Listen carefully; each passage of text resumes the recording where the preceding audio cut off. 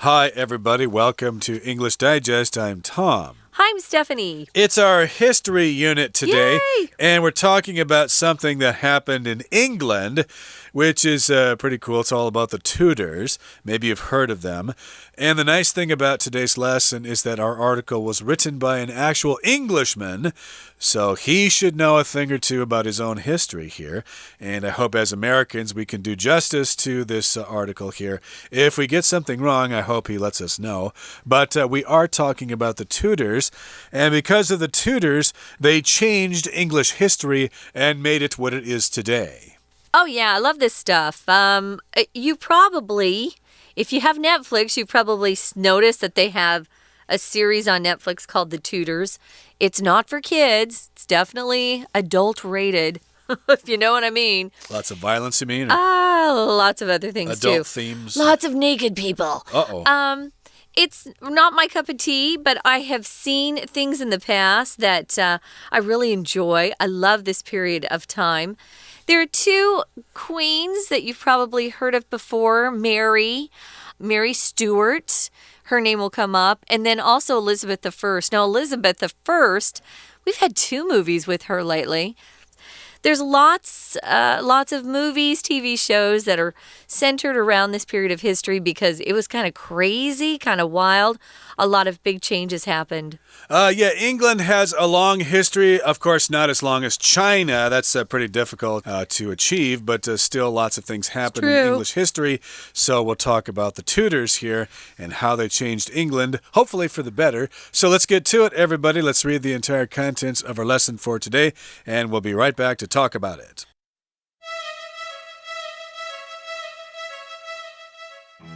English history is full of notable periods, but few saw as much change and upheaval as the Tudor dynasty, 1485 to 1603. When it began, England was emerging from years of bloody civil war. Yet when it ended, England was a powerful international player with the beginnings of a mighty overseas empire. The first Tudor king was Henry VII. He won the last major battle of the series of civil wars known as the Wars of the Roses. Afterward, he united the warring factions via marriage. In the following peace, England recovered and grew wealthy again. Henry VIII succeeded his father at the young age of 17. Through a combination of wars, political marriages, and the skillful diplomacy of his politicians, England gained power and influence.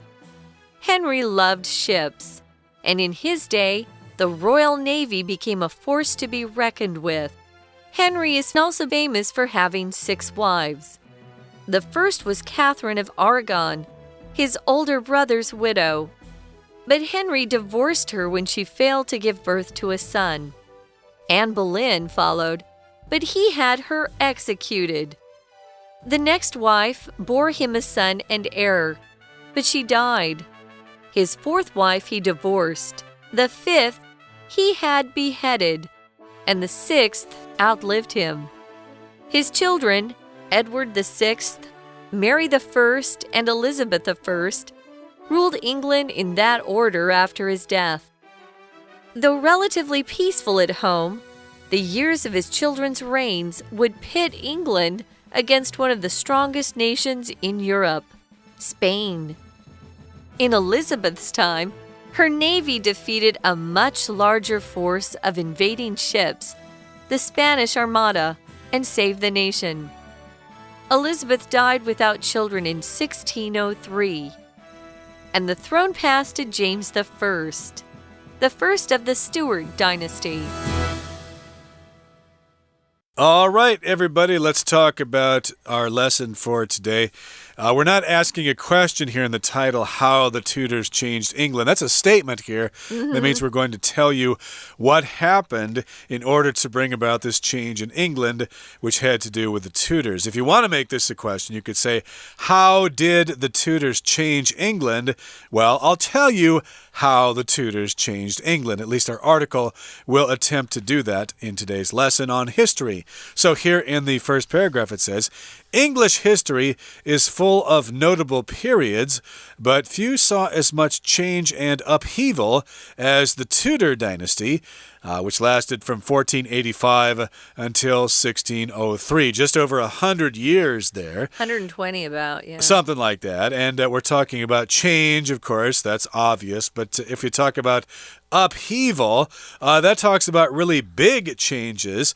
So big, in fact, that life has changed forever. It will never be the same again. And usually if there's an upheaval, it means lots of people got hurt in the process. Oh, yeah, very true. So there was a lot of excitement, you could say, during their dynasty. When it began, England was emerging from years of bloody civil war. When you see civil war, you know it's a special kind of war where one country has been torn into different groups or factions. We're going to see that word factions in a minute. Different groups that are fighting each other, opposing each other. And whoever wins gets to take over as ruling faction. America went through its own civil war in the 1860s, as you know, where the North was fighting against slavery and the South wanted to keep slavery because of all the farms and the plantations they had. It can be a really tough time for a country as they're fighting a civil war because they're not united against an enemy from outside their country. Their enemy is someone who actually is a citizen of their country. So it's a tough time to go through. But when it ended, England was a powerful international player with the beginnings of a mighty overseas empire. Every time I see this word mighty, Tom, I think of that movie, The Mighty Ducks, which was kind of a fun, I think it was a Disney movie. It wasn't an animation. I think it was about a hockey team. I'm not sure. Yep. I always think about the Mighty Ducks. So when I was thinking of Mighty Mouse. That's an old cartoon that's true character. too. Mighty Mouse. And we all know how strong a mouse can be. Yeah, so mighty, you've got a lot of power, a lot of strength. And for a long time in this part of history, England really was the most powerful country in the world. That's right, for a while there. Yeah. So indeed, they had this bloody civil war, and then we had the Tudor dynasty, which kind of made things peaceful, and then England became really powerful. Really strong, really mighty empire overseas with lots of colonies, including, of course, North American colonies and stuff like that. But we don't have time to talk about that today. But here in the next paragraph, it says the Tudor king, or at least the first Tudor king, was Henry VII, and he won the last major battle of the series of civil wars. I believe the War of the Roses involved two houses. I think it was the House of Lancaster with the red rose and the House of York with the white rose as their symbols, hence the War of the Roses. So those civil wars ended, and then the Tudors took over. And the first king of the Tudors was Henry VII. Now, afterward, he united the warring factions via marriage. Some people say via. That is a correct pronunciation. I say via myself. I do too. Via just means through marriage or by marriage. So we had these different warring factions. A faction, of course, is just a part of the population that is fighting. Of course, in civil wars, sometimes you have several factions.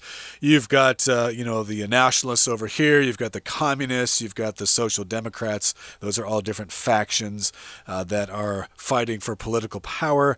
And so he united them by just getting some people together and marrying them via marriage, through marriage. Somebody from one faction married somebody from another faction, and they thought, oh, well, I guess we've got people married to each other now, so I guess we can't kill each other anymore. We've got to be buddies now. Well, at some point, you want to stop fighting each other within your country. That actually happens quite a bit around the world. I'm kind of surprised by it, but it happens. Now, moving on, it says Henry VIII. He's the big Henry VIII that we've all heard about, who had all the wives, and he was fat. He loved to eat food. He succeeded his father at the age of 17. If you talk about a prince or a princess succeeding their parent, whether it's a king or a queen, it means that their parent has probably passed away or stepped down from the throne, and that they're taking over as that royal person who's going to be ruling that country. So he took over from his father, and he started at the age of 17, which is quite young for a king.But they didn't live very long back then, so he probably needed to get a young start. So through a combination of wars, political marriages, and the skillful diplomacy of his politicians, England gained power and influence. So back then, you couldn't marry for love. I always thought that was so sad. You had to marry in order to keep your enemies close to you, or at least appease or pacify or make your enemies feel good about you by marrying into their family. You had to do that sometimes so they wouldn't declare war on you. When you talk about diplomacy, or a diplomat is someone who does the work of diplomacy, you're talking about two countries or more having a relationship. So it's an international relations sort of thing. We're going to talk more about that, guys, and why Henry VIII was successful. But first, we're going to listen to our Chinese teacher.Hi everyone, my name is Jenny. 我们今天要来谈谈历史。好，今天的历史课要说的是英国的都铎王朝，这在历史课本上应该多少都有点印象。The Tudors， 他们真的是改变了英国的历史，而且这个朝代也代表着大英帝国的崛起。事实上呢，很少有某一个这个英国的时期像都铎王朝这个样子一样的充满着变化，充满着动荡不安。我们注意到第一个就是 few 这个字， few 它代表的意思是表示很少，少到几乎没有，可以说很罕见哦，几乎没有什么其他的例子可以跟它相提并论。另外 saw S-A-W， 我们知道 see 是看，但是它有时候主词并不一定是人，它可以是一个时间，可以是个地点，然后用 see 这个动词代表历经、经历、见证。那我们就来谈谈都铎王朝咯。首先看到这个王朝的第一位开始的国王就是亨利七世，在历史课本上一定有提到玫瑰战争，没有错，他就是赢得玫瑰战争的这一位国王。那这是一个非常重大的战役。那在那之后呢，他当然非常有外交手腕 diplomacy， 他的确是非常厉害，因为呢，他透过的联姻的方式，然后让原来各个派系呢可以整合起来。好，那谈了这么多历史，注意到一下文法的部分。文法在这一段里头提到说，一连串的内战，我们这连串的内战在历史上说它是 The Wars of the Roses 玫瑰战争。那 known K-N-O-W-N 这是一个过去分词，要知道 know 如果放在片语里头，当你说 A is known as blah blah blah， 就表示说 A 是以什么而为人所知，后面当然是加一个角色，或者是一个地位啊，或者是一个名号。那这边 be known as 用它的过去分词 known， 等于是也是让句构简化了，成为一个分词片语。好，再来我们再往下看，下面接着亨利七世的就是亨利八世。那亨利八世他继承了他父亲的王位，他年纪轻轻，当时只有17岁。好，注意到了继承这个字 succeed， 我们知道 succeed 比较常用的是当成功，那不要忘记了，在讲历史上的一代接一代，一个国王接位另一个国王，你用到 succeed 是同一个单字。We're going to take a quick break. Stay tuned. We'll be right back.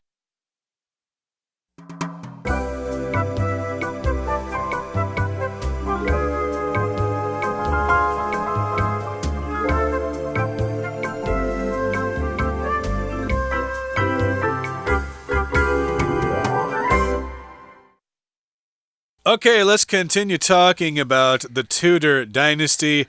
We mentioned that the first Tudor king was Henry VII. Not as much known. Well, there's a lot of things known about him, but most people aren't particularly interested in him. Most people are interested in Henry VIII. He was the main spotlight of the Tudor dynasty here. He had great diplomatic skills, and England gained power and influence because of him. Henry loved ships, and in his day, or when he lived, when he was in power, the Royal Navy became a force to be reckoned with. We often use this phrase, a force to be reckoned with. That's just a way of saying that they were very powerful. It was a force that you could not look down on. You had to take them seriously, and if you were going to fight them, you needed to be prepared. Otherwise, you were going to be dead meat. Which means you are in big trouble, right? It does. Yeah. Growing up, my siblings, we'd say that to each other. Oh, you're dead meat. Because they'd done something to you and you were going to go pound on them. Of course, we never really hurt each other, but it sounds kind of fun. I don't think adults say that so much, but kids use it a lot. You're dead meat when I catch you. So he did love his ships.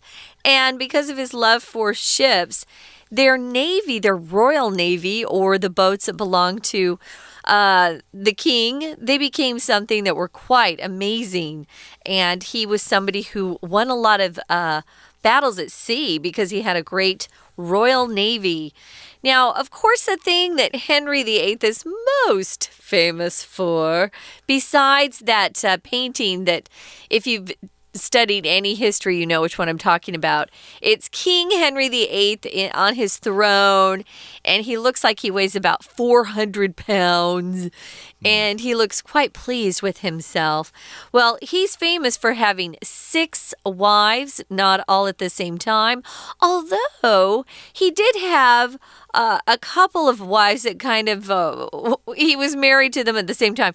He got tired of his wives. He wanted another one. So he decided he was going to change the law. Back then, there was only really one church. It was the Catholic Church. And the Catholic Church had a lot of power. Not like it does today. It's a little different now. Churches kind of stay out of politics, more or less. But back then, they were very powerful. Well, there was a law saying you couldn't divorce a wife and, remarry someone new, get married again. No, that was against the law. So because he was king, he decided to do something about it. Okay, so let's talk about his 6 wives here. Henry is famous for having 6 wives, and the first was Catherine of Aragon, his older brother's widow. So he had a brother, and then the brother died, and the wife was still alive. So he thought, hey, she's kind of cute. I like her. She's kind of lonely. So, hey, you can be my first wife. But then I guess he got kind of bored of her, it says. But Henry divorced her when she failed to give birth to a son. So indeed, I guess they tried, but she kept giving birth to daughters, or she just didn't give birth to a son, which is similar in a lot of cultures. They've always got to have that son, the heir, who can take over the family business or can be king or something like that. So he said, okay, you're out of here. He divorced her when she could not bear him a son. And the second one was Anne Boleyn. I hope I said that right. She followed the first wife, but he had her executed. That's not very nice, okay? If someone is executed, they're killed for a crime. They can have their head cut off. They can be hanged. They can be shot by a firing squad. They can be given a lethal injection. There are all sorts of ways to execute somebody. Yeah. I don't know if she committed a crime. I think he just needed to get rid of her. And since he was king, he could make up something. The next wife bore him a son and heir, but she died. A lot of women back then, because of, the lack of medicine and hospitals and things like that, a lot of the women back then actually would die giving birth to a child during childbirth. To bore is the past tense of to bear. To bear a son is to have a son, have a child. An heir is somebody who succeeds you. Typically, it's an heir to the throne. You can be all of you kids out there, you're heirs of your parents. Your parents might pass away and leave stuff to you. Maybe they made a lot of money while they were alive, or maybe they leave you something that's really special to you. My mom left me a cookie jar. I was her heir. I was the oldest daughter, so I got it. Great. A cookie jar is a real special kind of thing to have in your house. Hey, it's from my great-grandma. It's kind of cool. Oh, cool. Being passed down from generation to generation. Oldest daughter. Yeah. Oldest daughter gets that cookie jar. Okay. But in any case here, yes, we're talking about all the different wives. So let's see. To review, the first one did not give him a son. The second one was executed. The third one gave him a son and heir, but she died. The fourth wife, he divorced. Okay, he didn't like her, so he divorced her. At least he didn't kill her. And the fifth, he had beheaded. Okay, he killed that one. Yeah. If you're beheaded, that means your head is cut off as a form of execution. And the sixth outlived him. So he died before the sixth wife died herself. So she kept on living afterwards. That means to outlive someone. You could say that you might say, for example, my grandmother outlived my grandfather by about 17 years. Wow, that's a lot.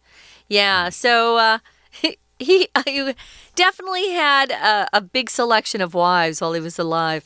Now, his children, Edward VI, Mary I, and Elizabeth I, you probably have noticed by now that we see these titles a little differently. You might have thought it was Edward VI, Mary I, Elizabeth I. No, you have to say the sixth, Mary the First, and Elizabeth I.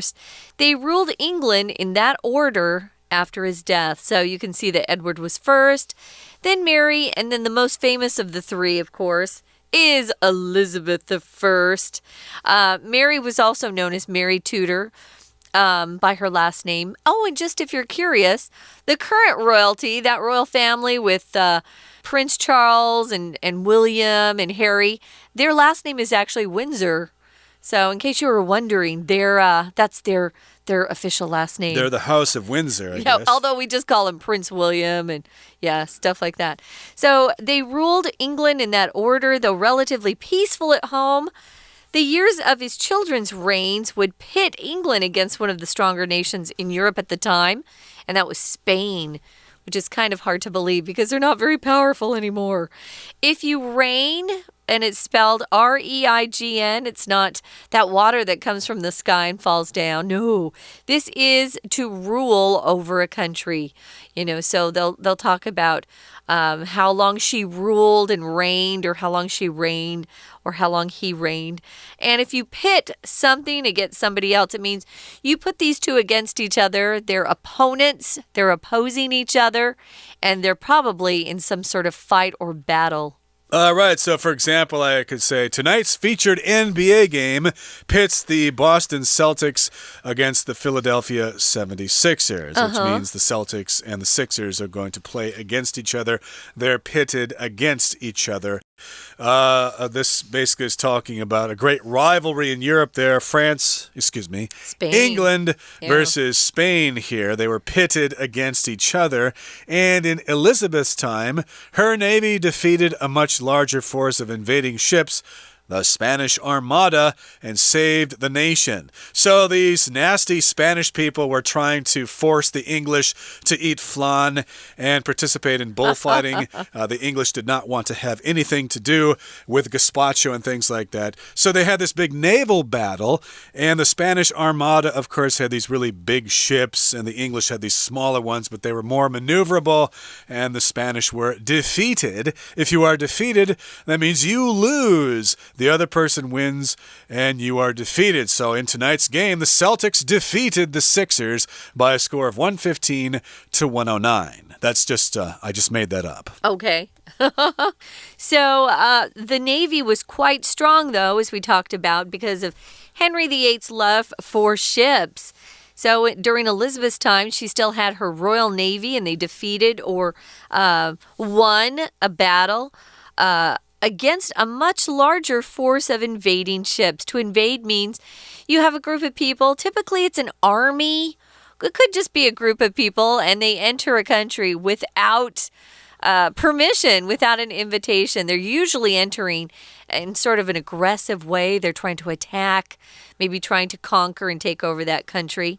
Here we're saying there was a large force of invading ships called the very famous Spanish Armada, and they saved the nation. So that Royal Navy actually beat the Spanish Armada, which is a huge, huge deal because the Spanish Armada is quite famous for being really amazing and strong. And Elizabeth died without children in 1603, and the throne passed to James I, the first of the Stuart dynasty. Hopefully we'll talk about the Stuarts in some other program. Okay, that brings us to the end of our program for today, but now we need to hear from our Chinese teacher. 我们继续看下面呢，提到了亨利八世，他也真的是跟他的父亲一样，他很有外交的手腕，他或在英国可以说非常有权力，非常有影响力。而且有一点是他很爱船，那也因为这个喜好，所以他在位的时候呢，英国的海军可以说是一支不可忽视的力量。我们注意到 a force to be reckoned with. Reckon 这个动词本来就是表示 to consider, to believe, to think. 思虑，你要把它看重它，要考虑它。所以 a force to be reckoned with, 你可得要不能够小看它，一定要好好重视，是一个不可忽视的力量。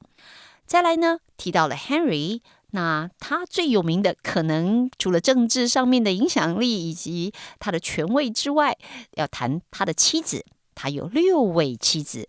好，我们这边提到的第一任、第二任、第三任，大家算下来，当然有很有名的就是电视剧里面、电影里面会演的这位 Anne Boleyn， 他呢其实也是被处决了。我们看到 he had her executed， 我们知道 execute 当然代表处决，可是这边的 had 是实义动词，后面加受词，你受词当然这个 her 后面被处决，所以用过去分词当作补语。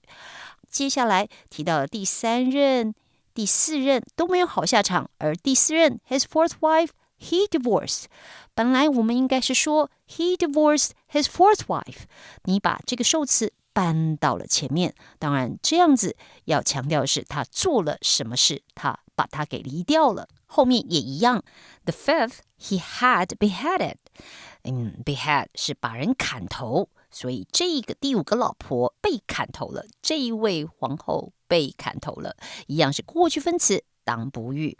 还有一个 the sixth all loved him， 好，这一句的结构讲到第6位老婆呢，哇，终于有一位比他长寿。那么接下来他后代有3位都分别当了英国的国王，这3位依序分别是 Edward VI, Mary I, and Elizabeth I。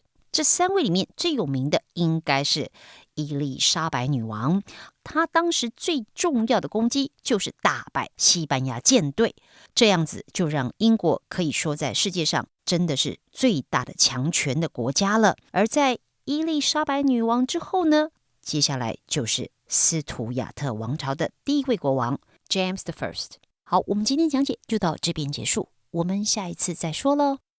Okay, that brings us to the end of our lesson for today. Thank you for joining us, and please join us again next time when we continue to talk about how the Tudors changed England. This is a fascinating subject. Please join us then. From all of us here at English Digest, I'm Tom. I'm Stephanie. Goodbye. Bye.